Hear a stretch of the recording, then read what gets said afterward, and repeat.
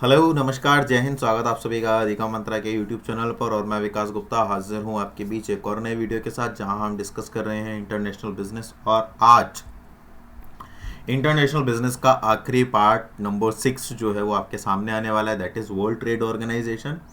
World Trade Organization का एक छोटा सा कॉन्सेप्ट है, वो ज़्यादा बड़ा है नहीं ये। और मेरे ख्याल से यहाँ से एक क्वेश्चन जो है वो बन सकता है, और वो मैं आपको हाईलाइट कर दूंगा। लेकिन फिर भी कॉन्सेप्ट है, तो इसको एक अच्छे से डिटेल्ड में हम लोगों को पढ़ना ज़रूरी है, ताकि हमारे लिए उस चीज़ को समझना आसान हो जाए। ठीक है। अच्छा, ये जितनी भी ऑर्गेनाइजेशंस हैं या जितनी भी इकोनॉमिक एक्टिविटीज़ होती हैं, उन सब पर हमें नज़र रखना ज़रूरी है। ठीक है। तो ये क्या होता है, इसमें बहुत सारे जो क्वेश्चंस, इनसे रिलेटेड जो क्वेश्चंस बनते हैं, वो क्या बनता है, वो नॉर्मली करंट सिचुएशंस पर बेस्ड होते हैं कि अभी रिसेंट में क्या हुआ है ना, रिसेंट में क्या एक्टिविटी हुई। तो अगर हम इन चीज़ों को स्कैन करके रखेंगे, इन चीज़ों के बारे में जानते रहेंगे, तो हमारे लिए ये ज़्यादा आसान हो जाएगा इन क्वेश्चंस के साथ एग्ज़ाम में बैठना। ठीक है। मतलब हम फैमिलियर ही हो जाएंगे अगर हमें इन चीज़ों के बारे में पता है तो। लेकिन कुछ एक बेसिक इन्फॉर्मेशन है जो कभी नहीं बदल सकती, जैसे मेंबर कंट्रीज़ क्या है, ऑब्जेक्टिव्स क्या है, इंपॉर्टेंस क्या है, इस्टेब्लिशमेंट कब हुआ, राइट। जो प्रेसिडेंट्स हैं वो चेंज होते रहते हैं, बट करंट का प्रेसिडेंट्स आपको पता होना चाहिए। And there are so many information जो फिक्स्ड हैं बिल्कुल, और किसी भी तरह से वो नहीं बदलती हैं। कहाँ पर लास्ट कॉन्फ्रेंस हुआ, लास्ट अमेंडमेंट क्या था, जो और भी इससे रिलेटेड चीज़ें हैं, जैसे जैसे करते रहेंगे समझते रहेंगे, जिन जिन चीज़ों के बारे में आपको पता होना चाहिए या क्वेश्चन बन सकता है। तो जितने भी नए बच्चे जुड़े हैं सभी का हार्दिक स्वागत है। बेसिकली हम अभी टारगेट कर रहे हैं दो चीज़ों को, एमपी टेट वर्क 1 और यूपी टीजीटी पीजीटी। लेकिन यूजी इंटरनेशनल बिजनेस वाला जो कॉन्सेप्ट है वो यूजीसी नेट वालों के लिए भी बेनिफिशियरी है, और आगे जो भी हम टॉपिक करने वाले हैं वो सभी लोगों के लिए बेनिफिशियरी रहेंगे। एक तो ये बात हो गई। दूसरी बात, अगर आप पीजीटी कॉमर्स टारगेट करते हुए कर रहे हैं या करने वाले हैं, तो ये जो चैनल है वो आपके लिए बहुत ज़्यादा क्या है, बेनिफिशियरी है। ठीक है। क्लियर है ये वाली बात, क्योंकि आने वाले एक साल में, है ना, आने वाले एक साल में आपको पीजीटी लेवल पर जितने भी तरह के कॉन्सेप्ट्स होते हैं कॉमर्स से रिलेटेड, वो सभी आपको ऑन यूट्यूब अवेलेबल हो जाएंगे। ठीक है। प्रयास जारी है। ठीक है। तो बिल्कुल अधिगम मंत्रा के साथ बने रहिए। ये एक ऐसा प्लेटफॉर्म है जहाँ पर आपको कंप्लीट कॉमर्स की क्लासेस, ये आप लोग भी देख रहे होंगे क्योंकि मेरे से ज़्यादा आप लोग जानते हो, मैं ऐसा मानता हूँ। और इस चीज़ के बारे में आपको भी पता होगा कि अगर आपने वेरियस चैनल्स बहुत जो अलग अलग तरह के हैं वो देखे होंगे, कहीं पर भी इकोनॉमिक्स, बिजनेस स्टडीज़ और फाइनेंशियल अकाउंटिंग का इतना ब्रॉड कॉन्सेप्ट आपके पास अवेलेबल नहीं होगा कि हर टॉपिक, हर पॉइंट से रिलेटेड आपके पास कॉन्सेप्ट क्लासेस क्या हैं अवेलेबल हैं। तो ये केवल और केवल अधिगम मंत्रा पर है। अब आगे आने वाले समय में कोई कर दे तो विषय एक अलग है, लेकिन यहाँ पर हम फर्स्ट मूवर एडवांटेज इसको गेन कर सकते हैं। तो जितने भी लोग हैं जो भी जुड़े हुए हैं, वो अपने फ्रेंड्स के साथ, अपने रिलेटिव्स, कलीग्स से, और अपने जितने भी सोशल मीडिया ग्रुप्स हैं वहाँ पर चैनल को ज़रूर शेयर कीजिए, ताकि सभी लोग अपने आप की अपनी प्रिपरेशन कर सकें, और एक जो एजुकेशनल एनवायरनमेंट है वो हम क्रिएट कर सकें, जहाँ पर और भी ज़्यादा अच्छे तरीके से हमारे पास कॉन्सेप्ट्स, उन पर डिबेट करने के लिए, उन पर डिस्कशन करने के लिए, के बारे में बताने के लिए बहुत सारे जो लोग हैं वो अवेलेबल हो सके। देखिए, जितना ब्रॉड एरिया होगा, जितने ज़्यादा लोग होंगे, उतने ही ज़्यादा जो है इंफॉर्मेशन का फ्लो होगा। इस बात को आपको मानना पड़ेगा। ठीक है। तो ये एक बात है। तो जितने भी आपके फ्रेंड्स, रिलेटिव्स, या जितने भी आपके नोन में हैं, और जितने भी सोशल मीडिया प्लेटफॉर्म्स पर आप कनेक्टेड हैं या ग्रुप्स पेजेस से जुड़े हुए हैं, तो वहाँ पर आप चैनल का रेफरेंस दे सकते हैं, चैनल को शेयर कर सकते हैं, ताकि ज़्यादा से ज़्यादा लोग कनेक्ट हो सकें। चलिए शुरू करते हैं अपना आज का वीडियो, वर्ल्ड ट्रेड ऑर्गेनाइजेशन। बाकी की चर्चा करेंगे इसके बाद।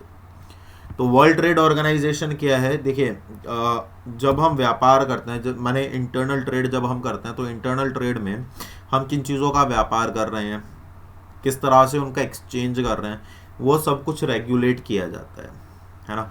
अब जब इंटरनल ट्रेड को रेगुलेट किया जाता है, तो ऐसे ही जब दो देश इन्वॉल्व होते हैं, तो वहाँ पर केवल दो देश ही इन्वॉल्व नहीं हो रहे हैं, बल्कि वहाँ पर उनकी जो एक्टिविटीज़ हैं, उनकी जो कल्चर्स हैं, उनके जो एथिक्स हैं, उनकी जो वैल्यूज़ हैं, वो भी इंटरनेशनल लेवल पर एक्सचेंज हो रही हैं।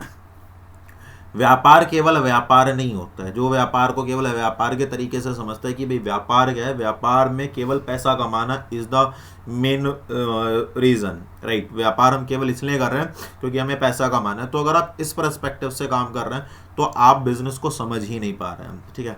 बिजनेस क्या है? बिजनेस एक एक्सचेंज है। उस एक्सचेंज में हम केवल मनी और गुड्स और सर्विस का ही एक्सचेंज नहीं करते हैं, बल्कि वहाँ पे एथिक्स, वहाँ की वैल्यूज़, वहाँ के प्रिंसिपल्स, राइट, उन कल्चर्स, इन सब चीज़ों का भी एक्सचेंज हो सकता है। वहाँ पर एक फीलिंग कनेक्टेड होती है। जैसे आप दिवाली है, दिवाली पर आप गाड़ी लेकर के, तो वो गाड़ी केवल आपके लिए गाड़ी नहीं है, वो आपके सपने भी हो सकते हैं, वो आपकी ज़रूरत हो सकती है, उसके साथ आपकी फीलिंग अटैच्ड है। आप समझ रहे हो, कनेक्ट कर पा रहे हो ना मैं जिस चीज़ को बोल रहा हूँ।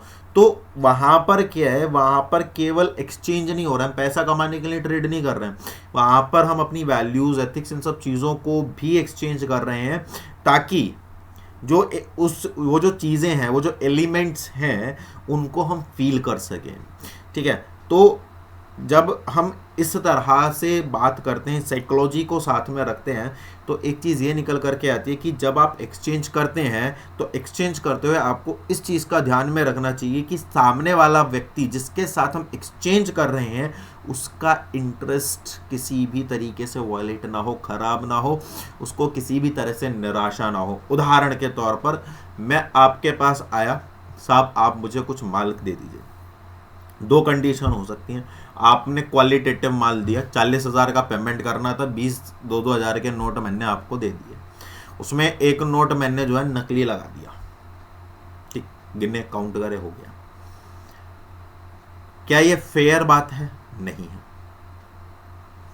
या आपके साथ भी ऐसा हो सकता है, आपने 40,000 के 2-2 हज़ार के 20 नोट दिए और उसने गुड्स आपको दे दी, अचानक से आपका फ़ोन बजा, कोई भी रीज़न हो सकता है, कर्मा रिवर्स है ना, कर्मा रिवर्स टू यू, कर्मा वापस आता है, ये फिलॉसफी है, ठीक है। अब आपने किया तो आपके साथ भी होगा।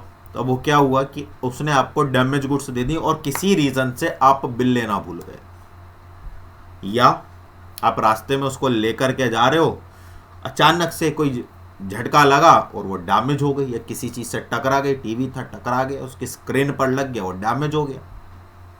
कैसा फील होगा? आप समझ पा रहे हो? तो किसी भी जब हम एक्सचेंज कर रहे हैं तो उसमें जो इंटरेस्ट है, उस इंटरेस्ट को बनाए रखने के लिए, उसको प्रोटेक्ट करने के लिए, और यही मैं कहूँगा कि उसको प्रोटेक्ट करने के लिए कुछ रूल्स, रेगुलेशंस स्टैब्लिश किए जाते हैं, ताकि दो लोगों के बीच में, दो कंट्रीज़ के बीच में एक हेल्दी ट्रेड और बिजनेस किया जा सके। और इसी ही के लिए वर्ल्ड ट्रेड ऑर्गेनाइजेशन काम करता है। ये तो साइकोलॉजिकली भी मैंने आपसे बात करी है, आप रिलेट कर रहे होंगे। बाकी कॉन्सेप्चुअली हम लोग अब बात कर लेते हैं कि वर्ल्ड ट्रेड ऑर्गेनाइजेशन बेसिकली करता क्या है। तो वर्ल्ड ट्रेड ऑर्गेनाइजेशन एक ग्लोबल ऑर्गेनाइजेशन है जिसको 1995 में इस्टेब्लिश किया गया था, राइट। किसके लिए? ताकि हम इंटरनेशनल ट्रेड को रेगुलेट कर सके और उसको प्रमोट, माने उसको बढ़ा सके, ठीक है। ये क्या है वास्तव में? It's a successor to the 1947 General Agreement on Tariff and Trade. GATT का ये जो है एक क्या कह सकते हैं, एक एक्सटेंशन फॉर्म है। गेट के बाद 1947 के जो गेट आया था, उसके बाद इसको वर्ल्ड ट्रेड ऑर्गेनाइजेशन को जो है एक्सिस्टेंस में लेकर के आ गए थे।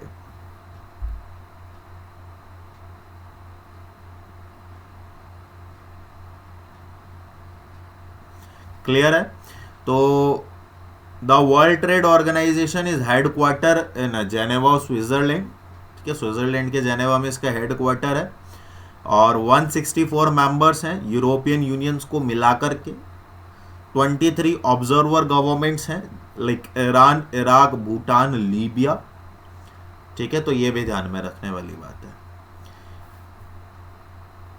वर्ल्ड ट्रेड ऑर्गेनाइजेशन का कुछ क्रिटिसिज्म किया गया है, ठीक है। क्रिटिसिज्म क्या हुआ है इसका वो अपने को समझने की आवश्यकता है।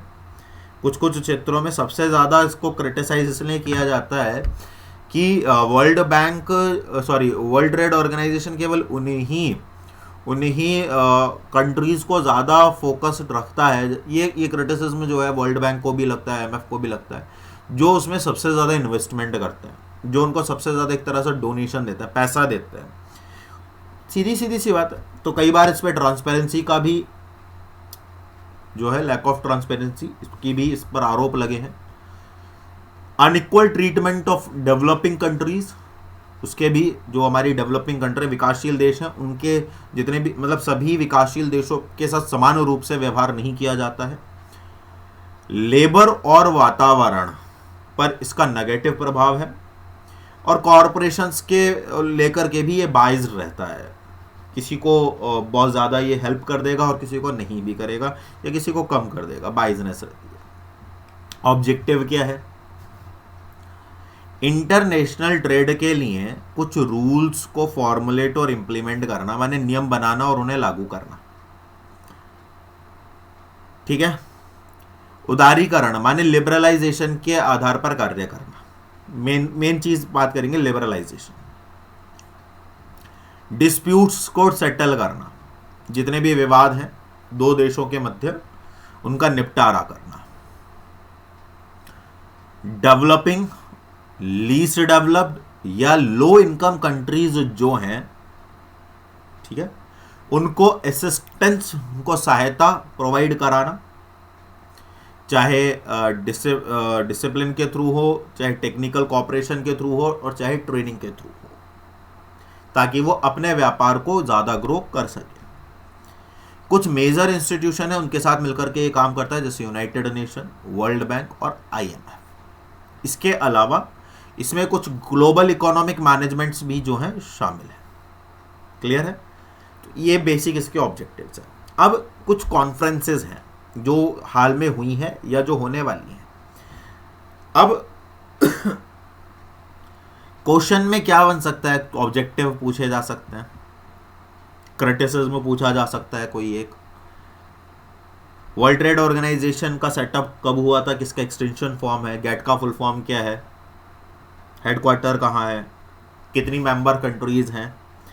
यहाँ पर आप ये ढूंढिए और कमेंट कीजिए मुझे कि अभी रिसेंट लास्ट कौन कौन सी कंट्री या कौन सी कंट्रीज वर्ल्ड ट्रेड ऑर्गेनाइजेशन का हिस्सा बनी है लास्ट, चाहे वो इस साल बनी है, चाहे पहली साल बनी है, चाहे 2 साल पहले बनी है। आखिरी जो लास्ट 164 कंट्रीज है ना, तो 64th कौन सी थी, 164th कौन सी थी? क्लियर है? चलिए आप मुझे ये बताइए और कमेंट कीजिए इसके बारे में, यहां से क्वेश्चन बन सकता है। कॉन्फ्रेंसेज, फर्स्ट कॉन्फ्रेंस है, second, third, fourth, fifth, six, seventh, eighth, 9, 10th, 11th, 12th जो भी रिसेंट लास्ट ईयर हुआ था। एक तो ये आपके लिए इंपॉर्टेंट है, 12th कॉन्फ्रेंस 17 जून 2022 जेनेवा स्विट्जरलैंड हेडक्वार्टर में हुआ था। 13th जो नेक्स्ट कॉन्फ्रेंस होगा वो फरवरी 26 2024 26 फरवरी 2024 को आबू धाबी में होगा। ये दोनों इंपॉर्टेंट है, रिलेवेंट है। और जो मैंने अभी आपको बताया कि 64th जो कंट्री है, which country becomes the 164th member of the World Trade Organization, तो वो आपको बताना। तो आज की इसमें केवल इतना ही है। बाकी अगर आपको कहीं लगता है कोई भी कि भाई ये चीज़ और इसमें इंक्लूड होनी चाहिए, क्या क्या चीज़ अब इंटरनेशनल बिजनेस में रह गई हैं, तो वो आप मुझे बता देना। उसके आधार पर वीडियो को फॉर्म कर देंगे और वो वीडियो आपके सामने आ जाएगा। किसी भी तरह का कोई दिक्कत परेशानी लेने की ज़रूरत नहीं है, स्ट्रेस लेने की ज़रूरत नहीं है। इसके बाद अब हमारी जो मुलाकात होगी वो नेक्स्ट मंडे होगी, ठीक है। नेक्स्ट मंडे इसलिए होगी क्योंकि अभी मुझे कुछ चीज़ें प्रिपेयर करनी है, थोड़ा सा मुझे रेस्ट लेना है ना, एक गैप लेना है मुझे, तो इसलिए जो है अगली मुलाकात हमारी होगी 5 जून 2023 को। क्लियर है ये वाली बात? तो इस बीच अब आपको क्या करना है, मैं एक तो आई टैग पर जो आपके वीडियो यूट्यूब पे ऊपर की तरफ कॉर्नर में वीडियो चल रहा होगा, वहाँ पर आपको दिख जाएगा। वहाँ पर एक तो मैं टैग लगा दूंगा, ठीक है साहब। अब वो जो टैग लगेगा वो लगेगा एमसीक्यूज का, एक तो वो। दूसरा, वीडियो के लास्ट में मैं एक एमसीक्यू सीरीज का और प्लेलिस्ट अटैच करूंगा। अब सर ये दोनों एमसीक्यू कौन से हैं? ये दोनों एमसीक्यू वो हैं जो हम पहले से डिस्कस कर चुके हैं पहले, और ये सारे एमसीक्यू जो आधारित हैं वो किस पर आधारित हैं? जो वीडियोस अब तक हम कर चुके हैं उन पर ये सारे एमसीक्यूज आधारित हैं। तो होगा क्या कि जब आप इनकी प्रिपरेशन कर लेंगे, आप इनको एक बार देख लेंगे, तो आपको मिलने वाले एमसीक्यूज भी मिल जाएंगे, आपको रिवीजन भी हो जाएगा और बहुत सारी चीज़ें आपकी समझ में आ जाएंगी। इस वीक आपको ये काम करना है। बाकी इसके बाद हम इकोनॉमिक्स जो है वो स्टार्ट करेंगे, क्योंकि काफ़ी बच्चे कह रहे हैं कि सर इकोनॉमिक्स जो है स्टार्ट कर दीजिए। इकोनॉमिक्स में कुछ डाउट्स हैं, कुछ क्वेरीज हैं, तो इकोनॉमिक्स हम लोग स्टार्ट कर लेंगे, ठीक है। और जून में हम इकोनॉमिक्स पर काम करेंगे। इसके अलावा अगर आपको कहीं भी कोई डाउट है, क्वेरी है, कोई सजेशन है, कोई भी आपके मन की कोई बात है, तो आप मुझे वो कमेंट बॉक्स में लिख सकते हैं। कमेंट बॉक्स में नहीं लिखना चाहते हैं, आप मेरे को मेल कर सकते हैं, व्हाट्सअप कर सकते हैं, टेलीग्राम कर सकते हैं। ग्रुप डिस्कशन के लिए जो व्हाट्सअप ग्रुप और टेलीग्राम ग्रुप जिनके लिंक डिस्क्रिप्शन बॉक्स में है, वहाँ से आप कनेक्ट हो सकते हैं, तो वहाँ से भी ग्रुप डिस्कशन आप कर सकते हैं। क्लियर है? तो ये एक चीज़ है, ठीक है। अच्छा, एक चीज़ और है कि प्रयास क्या कीजिए कि आप केवल व्हाट्सएप पर जो है मुझे इन्फॉर्मेशन दे दें, क्योंकि कई बार मैं कॉल उठा पाऊँ ऐसा थोड़ा मुश्किल हो जाता है, क्योंकि मोस्टली मोबाइल साइलेंट ही होता है। तो ये एक चीज़ है, तो व्हाट्सअप कर दीजिए, उसका रिप्लाई मैं ज़्यादा जल्दी दे देता हूँ व्हाट्सअप या टेलीग्राम पर, ठीक है। बाकी अपना ख्याल रखिए, खुश रहिए, मस्त रहिए और थोड़ा बहुत आराम कीजिए आप लोग, ठीक है। इतना हेक्टिक शेड्यूल करने की ज़रूरत नहीं है, ज़्यादा परेशान होने की ज़रूरत नहीं है। अपने आप को, अपना सिलेबस और अपनी टाइमिंग दोनों को मैनेज करके चलिए, कब कितना कैसे करना है, और अपने लिए थोड़ा सा टाइम निकालिए ताकि वो टाइम आप खुद को दे सकें मेंटली फ्री करने के लिए। जैसे मोबाइल लैपटॉप की अपनी एक मेमोरी होती है, उसमें से हमें जंक फाइल्स को डिलीट करना होता है, तो उन जंक फाइल्स को डिलीट करने के लिए हमें मोबाइल को थोड़ा रेस्ट पर लगाना पड़ता है। उसको चार्ज करने के लिए हमें मोबाइल को थोड़ा सा रेस्ट पर लगाना पड़ता है। क्लियर है? एक सेकेंड। तो उसको हमें क्या करना पड़ता है, वीडियो को उस पर लगाना पड़ता है ना, तो ये एक चीज़ है। तो ठीक है, बाकी कल मिलेंगे। अचानक से शट डाउन हो गया, पता नहीं क्या हुआ है। चलिए खैर कोई बात नहीं, मिलेंगे नेक्स्ट मंडे 5 जून को। तब तक अपना ख्याल रखिए, खुश रहिए, मस्त रहिए। बाकी कोई भी क्वेरी, डाउट, प्रॉब्लम है तो आप मुझे उसे डिस्क्रिप्शन बॉक्स में, कमेंट बॉक्स में उसे लिख सकते हैं, ठीक है। चलिए अपना ख्याल रखिए, जय हिंद।